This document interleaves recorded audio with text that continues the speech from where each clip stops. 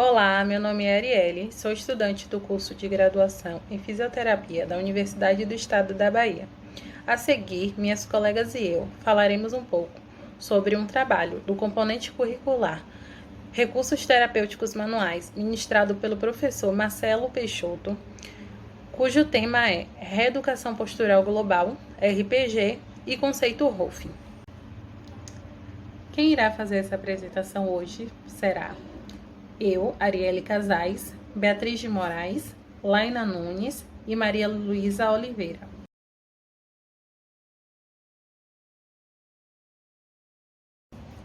Vamos começar falando sobre o RPG.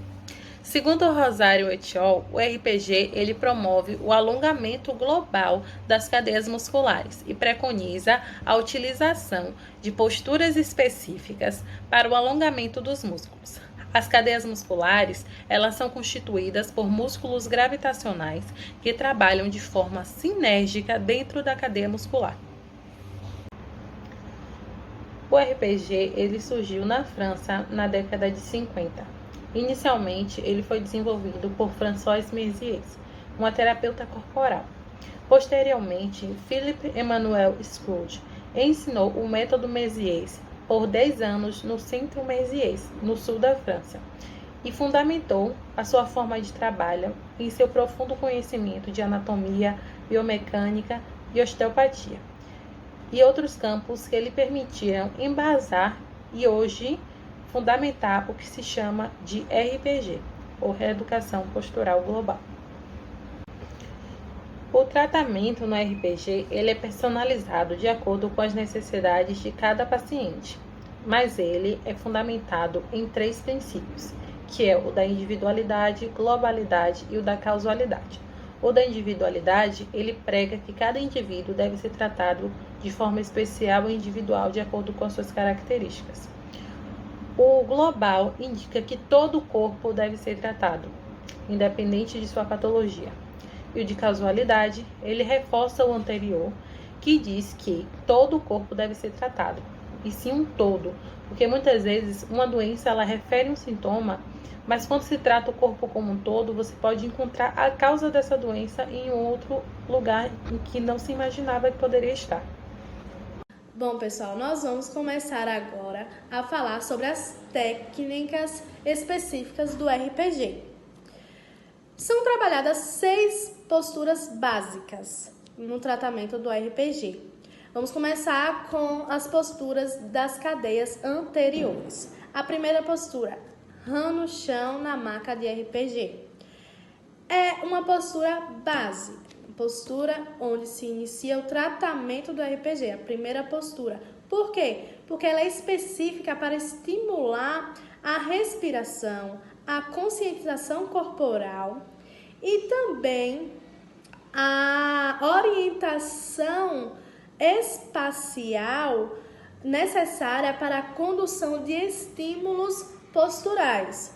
Então, assim, é a primeira postura a ser realizada com o paciente no início do seu tratamento. Nessa postura, o terapeuta, o fisioterapeuta, consegue trabalhar a nuca, consegue trabalhar a coluna vertebral, a respiração, o tórax, as mãos, os cotovelos, quadril, a pelve, joelhos e os pés. Então, assim, é a primeira postura base do RPG. Segunda postura é em pé com apoio. O paciente ele vai se posicionar próximo à parede, né? É uma postura que já se utiliza o efeito da gravidade e uma evolução da cadeia anterior. Nessa postura, o terapeuta ele vai ser específico, vai trabalhar especificamente com o tórax, com a respiração, a coluna vertebral, os ombros, o quadril, os joelhos e os pés. Já na terceira postura, que é em pé, mas sem apoio, uma evolução dessa última, né, que já não tem mais apoio, o paciente não tem apoio nenhum, o fisioterapeuta ele vai trabalhar o equilíbrio do paciente, o esquema corporal e a coluna vertebral, o quadril, os joelhos e os pés. as posturas das cadeias posteriores. Vamos começar com a RAM no A, indispensável a maca. Quando o paciente for realizar essa postura, tem que ser na maca de RPG.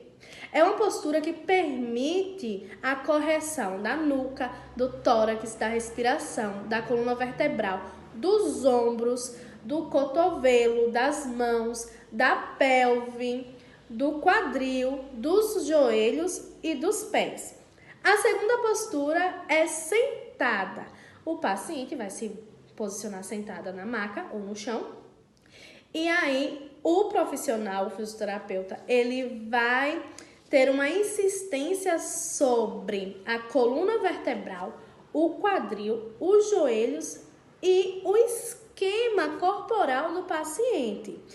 E a terceira postura é a postura da bailarina, né? Nessa postura é indicado para aqueles pacientes que têm hérnia de disco na lombar. E também nessa postura teremos a ação direta da gravidade, uma ação ativa, entende? Então, é uma postura voltada para esses pacientes com essa patologia. Bom, todas essas posturas que eu falei têm o mesmo objetivo, que é alongar e descomprimir o corpo, né? Permitindo que os músculos se automatizem a ficar em posições fisiologicamente corretas. A avaliação do RPG pode ser feita através de exames de imagens. Qualquer tipo de exame de imagem, sendo raio-x, ressonância, tomografia, enfim. E também na avaliação postural minuciosa. Como assim? Questão de qualitativa e quantitativa. Qualitativa é baseada na observação do alinhamento do segmento postural, né, do paciente. E a quantitativa é feita com o uso de softwares, que nele são realizadas análises mais detalhadas de fotos, permitindo avaliar, encontrar alterações posturais por todo o corpo do paciente e em muitos ângulos de observação, né? Então, através de uma avaliação dessa, a gente consegue estabelecer um diagnóstico, que seria o quê? Encontrar os locais de encurtamento muscular. E a partir disso, que o profissional ele vai fazer sua escolha de técnica para promover o alongamento do segmento muscular encurtado. Como que é feito o tratamento de RPG? Bom, cada paciente recebe seu tratamento personalizado, né? Dependendo da sua demanda de saúde, das suas queixas, do seu caso clínico. Não existe fórmula fixa, não existe receita de bolo para isso. Cada paciente vai ter seu tratamento específico.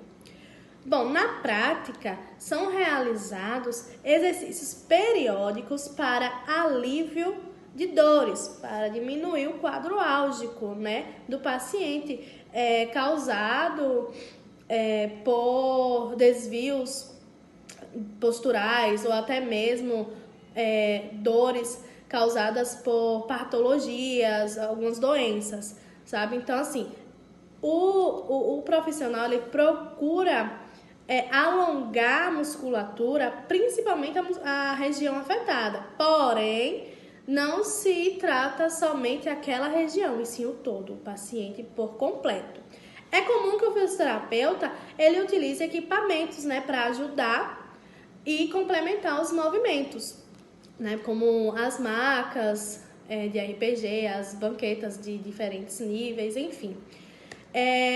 Um aliado aos movimentos são os exercícios de respiração. É essencial dentro do RPG. Por quê? Porque o exercício de respiração, ele favorece um equilíbrio emocional para o paciente, além de auxiliar no processo de recuperação e o alívio de dores do próprio paciente. Bom, no RPG, trata-se um indivíduo como um todo, não só a patologia. Procura-se proporcionar um bem-estar total do corpo, né, e da saúde humana.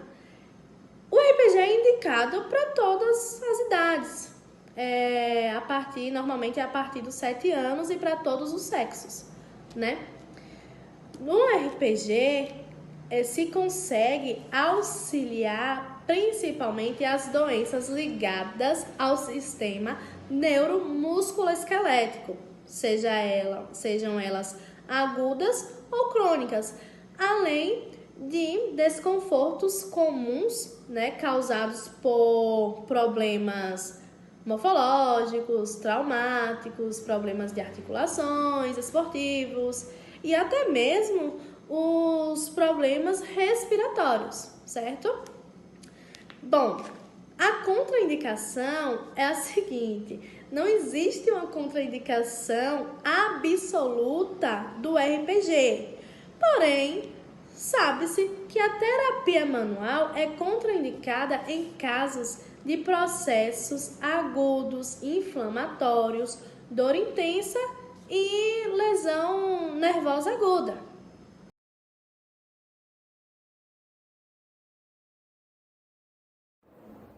Agora nós falaremos um pouquinho sobre o método Rolfing. Em 1992, Maitland e Sutton dizem que a integração estrutural é uma filosofia, uma ciência e a arte de integrar a estrutura corporal humana no tempo, espaço e gravidade através da manipulação miofascial e educação do movimento. Então, Rolfing é um sistema de massagem que combina a pressão profunda aos pontos deflagradores em músculos e alongamentos miofaciais ao longo dos músculos. Tem como objetivo a integração estrutural. E essas manipulações são aplicadas aos pontos deflagradores usando polegares, cotovelo, a parte carnuda das palmas das mãos e até mesmo o joelho. Então, resumindo, o conceito de Rolfing seria um sistema de manipulação de tecidos moles e educação de movimento que organiza todo o corpo em gravidade. Então, fazendo um breve histórico, o método de Rolfing foi criado pela doutora Ida Rolf, uma bioquímica norte-americana, que vai unir os conhecimentos da bioquímica, da yoga, da osteopatia, da homeopatia, e ao longo de suas pesquisas científicas, fez uma descoberta gigantesca, importantíssima, sobre a constituição do corpo humano. É uma rede de tecidos moles que envolve e conecta o tecido muscular e tem propriedades plásticas e elásticas que fazem com que seja possível alterar a forma e a relação desse sistema nos diversos segmentos corporais em qualquer época da vida.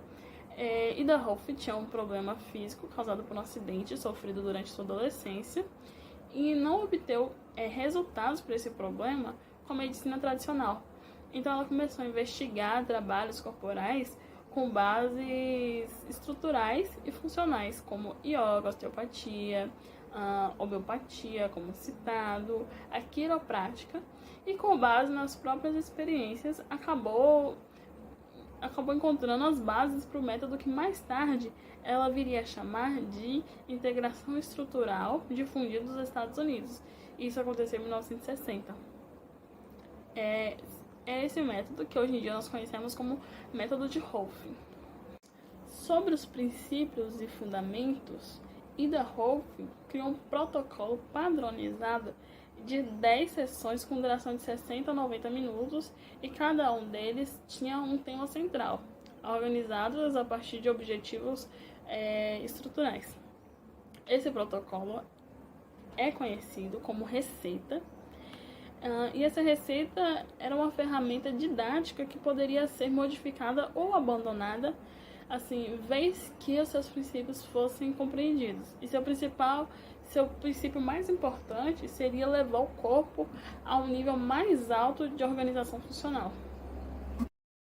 Então, qual seria a técnica manual específica no conceito de Rolfing? Seria a liberação miofacial, como conhecemos. É um trabalho de liberação feito pela manipulação da fáscia, então vai trabalhar diretamente com a massagem, com a massagem realizada com as mãos, sem o uso de óleos ou cremes. E o corpo vai sendo massageado por partes. A cada dia massageia uma parte, dos pés até que chegue à cabeça. As manipulações são bem lentas, são feitas com a palma das mãos, a parte canhosa das palmas das mãos, os polegares, cotovelos, né, punhos, e exercem uma forte pressão no corpo da pessoa. O ideal é que seja feita no máximo 2 vezes na semana, para o organismo ter tempo de assimilar os resultados. E junto a esse trabalho de técnica manual, é associado trabalhos de movimentos para melhorar a consciência corporal da pessoa. A avaliação do Rolfing se dá pela anamnese e avaliação postural.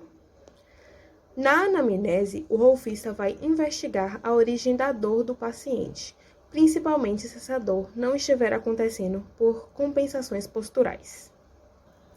Já a avaliação postural, ela tem início com a observação e análise da estrutura corporal e dos padrões de movimento do cliente. O corpo ele vai ser avaliado segundo os 3 planos, frontal, transversal e sagital. Dessa forma, vai ser analisado se existe ou não compensações posturais. O cliente é fotografado de frente, dos 2 lados e de costas, antes da primeira sessão, durante o processo e após a última sessão.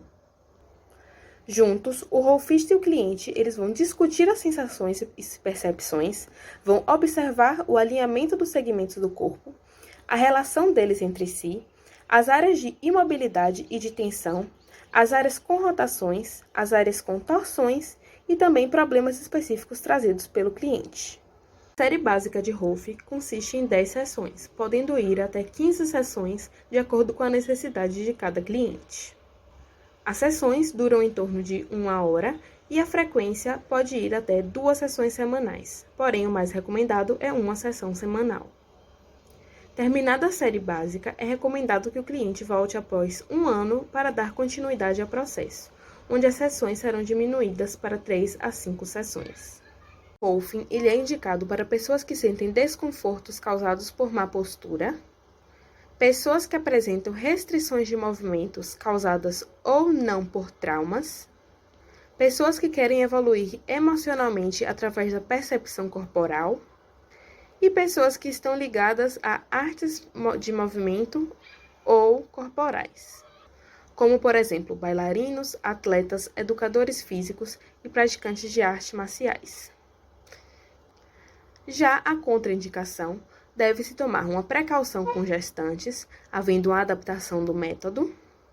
É contraindicado para portadores de câncer com metástase e é contraindicado para pessoas com artrite reumatoide aguda e também doenças degenerativas neuromusculares. Por fim, vamos falar sobre as semelhanças e diferenças entre o conceito Rolfing e o RPG. Pelo que vimos até aqui, ambos eles tratam a causa e o indivíduo como um todo. As técnicas, elas apresentam suas peculiaridades individuais, porém com o mesmo objetivo, que é trabalhar a organização postural. Os tratamentos, eles diferem, né? No RPG, os pacientes, eles recebem um tratamento personalizado de acordo com as suas necessidades. Já no Rolfing, as técnicas, elas são aplicadas de forma padronizada para todos os seus pacientes.